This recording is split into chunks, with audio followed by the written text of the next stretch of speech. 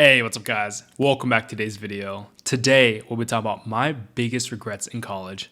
I've been in the workforce for almost 3 years, and I'm here to give you my perspective. I think the number one thing I truly regret in college is always being anxious about the future, about securing a job, and I was never really present to the moment. I remember just walking around campus, just always in this angst in my head, was not present to the moment, thinking about my job prospects and opportunities after. So I majored in psychology, and I remember thinking, what are the job opportunities after with this degree without further education? It's quite slim and the income is not that high.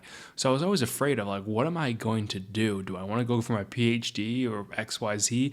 And while introspection is quite important, it was always like this day in and day out, which really made me not present to the moment at all.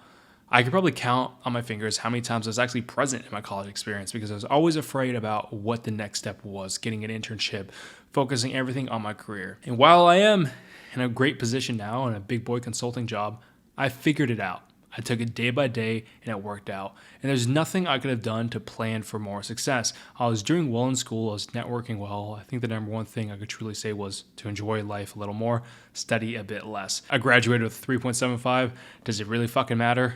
Probably not. I'm probably not going to go for my PhD or master's. So it helps getting your first job out of college. But outside of that, I don't know, maybe enjoy my life a little more. Which leads me to my next point, being present.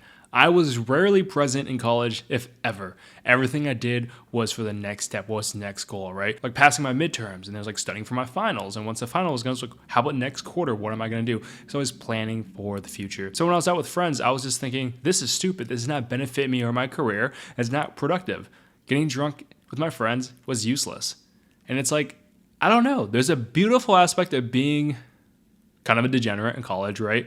Having no responsibility and getting drunk with your friends and really enjoying late adolescence, that idea of this is your final hurrah before you become an adult and you have to go fend for yourself. So there was times where I truly missed out. I remember just being so anxious about school and career opportunities that I almost missed a trip to Yosemite with my buddies because I was saying no, I want to sit here and study. And even while I was on that trip, I was rarely present, right? I was just thinking of the future because here I'm with my friends. I'm we're degenerates. I feel like this is not being productive.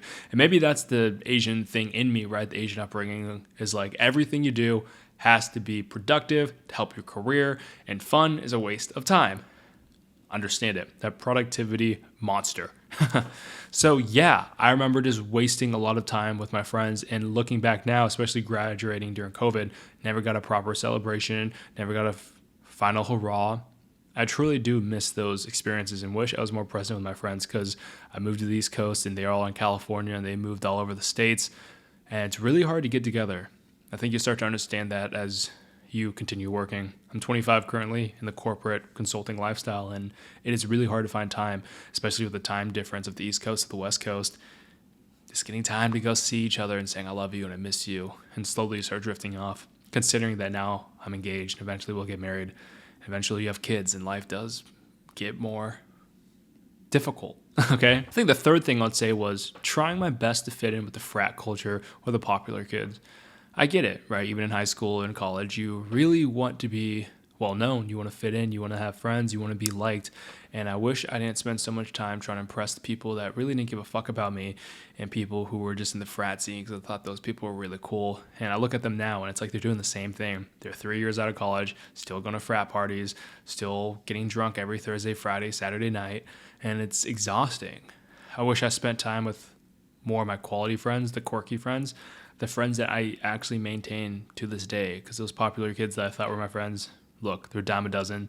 There's nothing special about them. Their personality is drinking, getting fucked up, and having a fun time, and that's not sustainable. There's no substance in their personality, and the people I truly adore and I'm friends with were the quirky kids that weren't necessarily popular, but they're my friends to this day, and I wish I spent more time with them. My next point would be I went to a predominantly white college. I feel like a lot of colleges are predominantly white. Nothing wrong with that. But I feel like white culture is the most popular thing because people of color really aren't seen and there's not many of us, right? Or if there are Asians, we're all hide in the library and continue studying, so you don't see them representing the student population besides in the library. I wish I hung out with more people of color and had more diverse friends. All my current friends when I went to college and high school, just through the way I grew up, especially in Colorado, they're all white. And now as I've moved to DMV. My friend group is very diverse, and I'm really thankful for that experience. Bonding over that isolation and that peer pressure of continually being in a white environment where some people don't appreciate you because you're not the same color as them, it was exhausting. And it's almost like we bonded and shared this experience of our sufferings, right? Of being isolated, feeling alone, that we never really truly fit in, and just the ignorance about race and ethnicity and the difficulties and challenges that Asian men face or other people face, right? Especially in dating. I'm really sad that I didn't continually explore my friendships, and I'm thankful for my friends now, but it definitely would have helped. Now to my next point, I wish I took more pride and confidence in being Asian, being myself. I truly viewed as being Asian was a curse, and especially going to Cal Poly, completely homogenous school, I was afraid of being Asian. I remember people trying to pronounce my name Min, and that was a really difficult thing for them, so I went by Max, right? You had to hide your identity because you truly wanted to fit in, which was quite sad, right? And the thing was, I didn't see too many other Asian kids, right? But making my first Asian friend when I was 18 in college is kind of insane if you really think about it.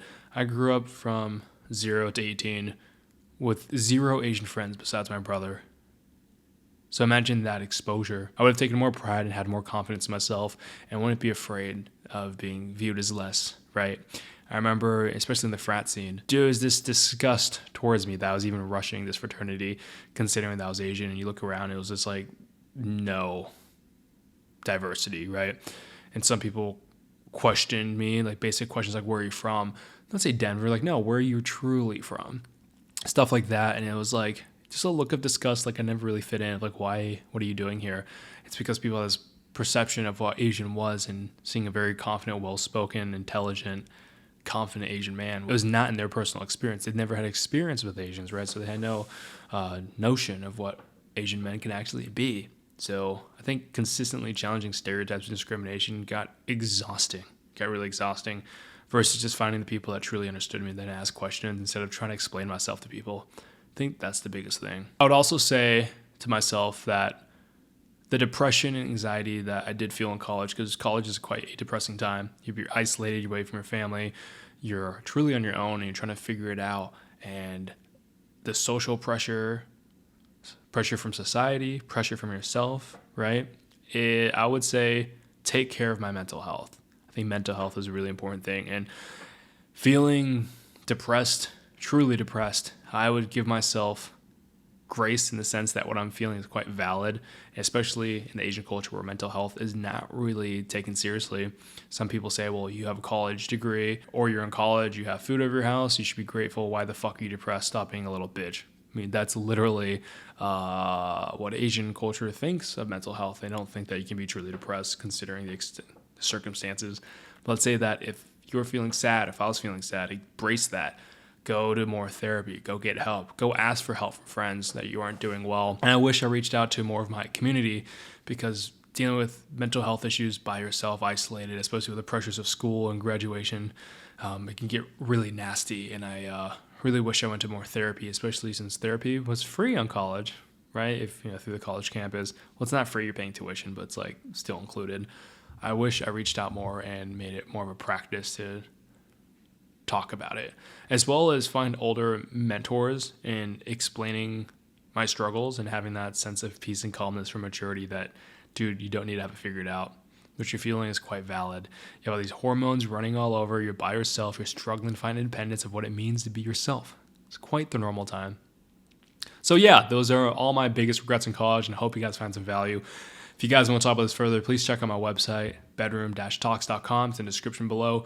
If you want to talk to me, follow me on Instagram at m.deep20. It's in the description below as well, or send me an email, right? I'd love to connect.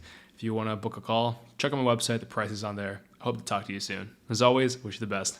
Peace out and namaste.